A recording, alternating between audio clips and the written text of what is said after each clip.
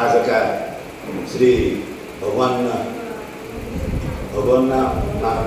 वितरण समितिको 17औं वार्षिक साधारण सभाको स्वागत कार्यक्रमका अध्यक्ष महोदय, विशिष्ट अतिथि वार्ड नम्बर 4 का वार्ड अध्यक्षज्यू र मेरा अगाडि उपस्थित मेरा अभिभावकहरू र हजुरहरूको पवित्र हातले मलाई विजय गराउनु भएको मैले सब अनुमान दिइसकेँ।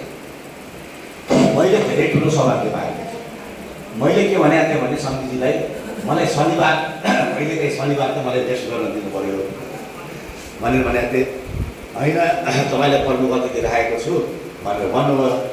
अब गणेश काका पनि समय समयमा नगरपालिकामा आइराख्नु हुने यो समस्या लिएर मेरो अभिभावक हुन्छ धेरै पुरानो म बुवाकोबाटदेखि नै परिचित छु।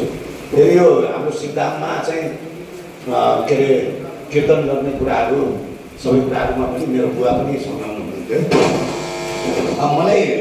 मैले के सोचेको थिएँ भने म कहिलेकाहीँ यो क्षेत्रमा चाहिँ आउने त्यो बिहारमा आउने के अरे कन्यादान गऱ्यो अनि हिँडेर जाने।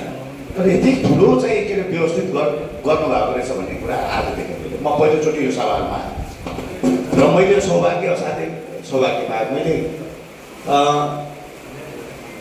यति ठुलो बिना स्वार्थ सङ्कल्पित भएर चाहिँ यो समितिले आज 40 वर्षमा चाहिँ यो प्रगति गरेको देखेँ र वास्तवमा हाम्रा धर्मावलम्बीहरू जस्तो के अरे पूर्णगिरीबाट आउने जाने यात्रुहरूलाई समेत समय समयमा चाहिँ प्रत्येक वर्ष उहाँहरूलाई चाहिँ के अरे भोजन गराउने, पानीको व्यवस्था गर्ने, बसोबासको व्यवस्था गर्ने पनि गर्दै आउनुभएको चाहिँ समितिले त्यो त पहिल्यैदेखि हामीले सुनेको र अहिलेसम्म कहिले पनि मेरो गणेश काका कहिले पनि मेरो नगरपालिकामा आउँदाखेरि मलाई आर्थिक सहयोग चाहियो, मलाई यो चाहियो भनेर आउनु भएन। एउटा समस्या के भने यो के अरे त्यो समितिको चाहिँ जुन बााउन्ड्री छ त्यसमा चाहिँ कति पटक त हामीले सुशीलजीलाई वडा नम्बर 4 अध्यक्षजीलाई पनि पठायौँ, उपमेयरजीलाई पनि पठायौँ हामीहरूले। उहाँले सम्झाउनु पऱ्यो जसले बस्नुभएको छ अतिक्रमण गर्नुभएको छ भनेर चाहिँ हामीले अगाडि बढ्यौँ। र अब अहिले हामीहरूले एउटा अभियानै चलाएको छौँ। भर्खर अहिले सिडिओ साहब आउनु भएको छ। अस्ति पनि हामीले मिटिङ राख्यौँ। मिटिङ राखिसकेपछि हामी फेरि अब यो अभियानलाई चाहिँ अगाडि बढाउँदैछौँ। अब त्यो बेलामा चाहिँ उहाँले सम्झाइ बुझाइकन हामीले चाहिँ यो के अरे हाम्रो समितिको चाहिँ यो जुन जति जग्गा छ र त्यो बाटो पनि खोल्ने चाहिँ अभियान चाहिँ हामी अगाडि बढाउनेछौँ। अब उहाँले सम्झाउँला हरेक कुरा। अब यत्रो वर्ष बसेर उहाँले चाहिँ न नगर विकास समितिलाई भाडा दिनुभएको छ न यो समितिलाई भाडा दिनुभएको छ। आखिर उहाँले त केही त उपभोग त गर्नु भएको छ नि। त्यसै कारण अब चाहिँ जो समितिको जग्गा हो यसलाई चाहिँ तपाईँले छोडिदिनु पऱ्यो भनेर सम्झाइ बुझाइ गराउँला। मेरो उद्देश्य चाहिँ के हो भने कुनै पनि अभियान चाल्दाखेरि त्यसलाई चाहिँ चालिसकेपछि फत्ते गरेर नै छोड्नुपर्छ। जस्तो बिचमा हात हालिसकेपछि बिचमा चाहिँ फेरि विभिन्न कारणले अवरोध हुने अथवा अदालतमा मुद्दा परेर चाहिँ त्यसलाई चाहिँ रोकिने होइन कि सबै कुराहरू पूर्णता त्यसलाई सबै प्रमाणहरू सबै कुराहरू चाहिँ आफूले चाहिँ सङ्कलन गरेर अनि त्यसपछि हात हालेपछि सहिलो हुन्छ। हिजो अस्ति मिटिङमा चाहिँ हाम्रो अहिले वर्तमान एसपी साहबले भन्नुभयो म धेरै जिल्लाहरूमा बसेँ र त्यस बेलामा हाम्रो के अरे गोपाल अधिकारीजी होइन सिडिओ साहब गोपाल अधिकारीजी र हामी बसेपछि जस्तो यो जति पनि चाहिँ अव्यवस्थित र अतिक्रमण गरेको छ त्यसलाई कसरी चाहिँ अगाडि बढाउने भन्दाखेरि चाहिँ अब अगाडि बढाउनु पर्यो भनेर सर्वदलीय सर्वपक्षीय हामीले मिटिङ बस्यौँ। मिटिङ बसिसकेपछि त्यसपछि अनि ल अब हटाउने भन्ने चाहिँ सबै हाम्रो मिटिङमा चाहिँ पारित भयो। त्यसपछि मलाई करिब कमसेकम त्यो अभियानमा अगाडि के अरे हात हाल्दाखेरि कसरी हात हाल्ने होला भनेर मलाई 10 दिनसम्म मलाई निर्णय लाग्यो। किनभने अब त्यो बाल मन्दिर अनि त्यसपछि बस अड्डाको यतातिर चाहिँ अहिले चाहिँ खाद्य छ, पहिला चाहिँ के अरे उसको नेसनल ट्रेडिङको जग्गामा चाहिँ त्यो लिजमा गरेको त्यो पनि हटाउनु पर्ने। त्यत्रो चाहिँ परिवारहरू बसेको छ, नाना बालबालिका छन्, स्कुल पढ्ने बालबालिका छन्, त्यसैबाट जीविकोपार्जन गरेको छन् मान्छेले।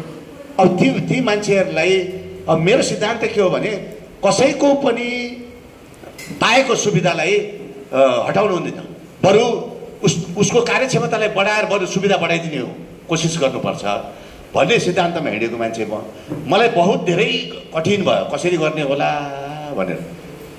अब विभिन्न ठाउँहरूमा चाहिँ जस्तो जबरजस्ती जस्तो बालेनले चाहिँ उहाँ त्यहाँ के अरे काठमाडौँमा तोडफोड गर्दाखेरि ढुङ्गा हानाहान खुकुरी देखादेख भएर त्यस्तो अवस्था त हामीले देखेका थियौँ। अब यो कसरी गर्ने होला भनेर भनिसकेपछि मैले भने यस्तै सेफ ल्यान्डिङ तरिकाले चाहिँ जानुपर्छ भनेर हामीले ती बसोबास गरेका मान्छेहरूलाई पटक पटक उनीहरूसँग मिटिङ बस्यौँ। मिटिङ बसिसकेपछि धेरै उहाँहरूसँग चाहिँ कन्भर्सेसन गरेर उहाँहरूसँग के अरे कुराकानी गरेर अनि त्यसलाई पल्ल सेफ ल्यान्डिङमा ल्यायौँ। हामीले हटाउँदाखेरि अलिकति बजारमा म त काठमाडौँ थियो, सुशीलजी हाम्रो प्रवक्ताजी अनि सबै मेयर साहबहरू सबै वडा अध्यक्षजीहरू अलिकति एउटा प्रमुख प्रशासकीय अधिकारीको उसमा कसैले एउटा ढुङ्गा हानेर चाहिँ एउटा गाडीको पछाडिको सिसा तोडेको बाहेक अरू चाहिँ के अरे अप्रिय घटना चाहिँ घटेन।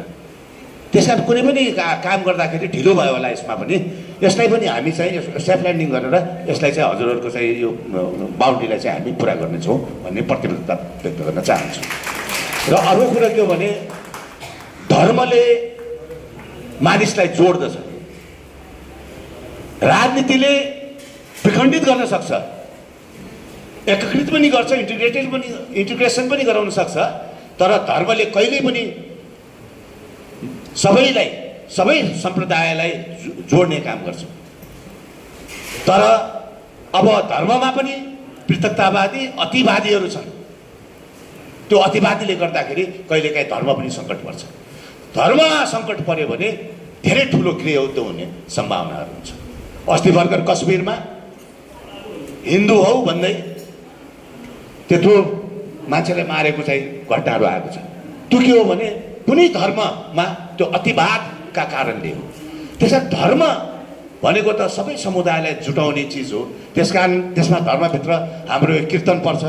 कीर्तन स्वयंमा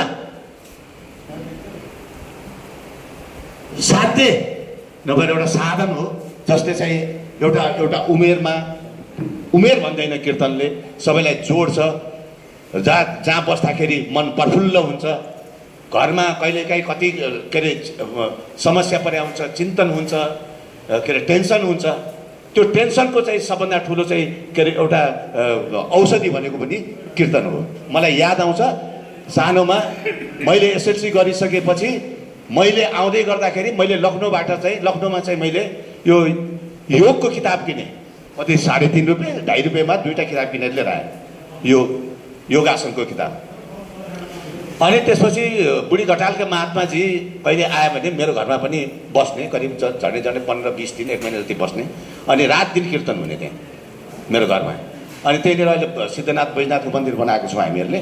पछि उहाँले चाहिँ म यहाँ कुटी बनाएर बस्छु भनिसकेपछि त्यहाँ कुटी बनाइसकेपछि अनि उनले सोधे मेरो माइल दाजुलाई, प्रकाश बोगटी दाजुलाई, कि योगको किताब कसले पढ्छ भन्दा मेरो भाइले लिएर आएको एसएलसी दिइसकेपछि त्यसैले पढ्छ भन्ने। अनि उनले मलाई सोधे योग गर्छ होइन। यो मैले चाहिँ पहिला काठमाडौँमा एकजना चाहिँ मेरो भिनाजु पर्ने अहिले विष्णुबहादुर केसी जोबमा के अरे अहिले के अरे त्यो के भन्छ उसको चाहिँ पहिला ऊ पनि थिए, प्रमुख पनि थिए। अनि उहाँको चाहिँ के अरे भाइले चाहिँ त्यो बाघासन, मयूरासन, पद्मासन यो गर्ने, म बसेको चाहिँ त्यो उसमा आएर पदम ढौराटी दाईको उसमा आएर गर्ने, त्यो उनले त्यो गरेको देखेर मैले पनि अब त्यो सानो हुँदाखेरि त्यो गर्न सकिनँ, मैले गरेँ। त्यसपछि त्यो योगको किताब लिएर आउनुपर्छ भने लिएर आएँ। लिएर आइसकेपछि त्यहाँ महात्माजीले के भन्यो भने योग यसरी गर्ने चिज होइन, योग भनेको यसरी गर्नुपर्छ भने उहाँले मलाई बिहानै 5 बजे, म र वीरबहादुर देउवाले बितिसक्नु नेपाली काङ्ग्रेसको चाहिँ वडा सभापति, बिहानै लिएर आउने आफ्नो त्यो कुटीमा हामीले खप्टा लगाएर एउटा कुटी बनाइदियो। अनि हामीले चाहिँ त्यो साफ गर्न लगाउने आँगन, त्यसपछि अनि उहाँले योग सिकाउनुहुन्थ्यो। अब अहिले त मैले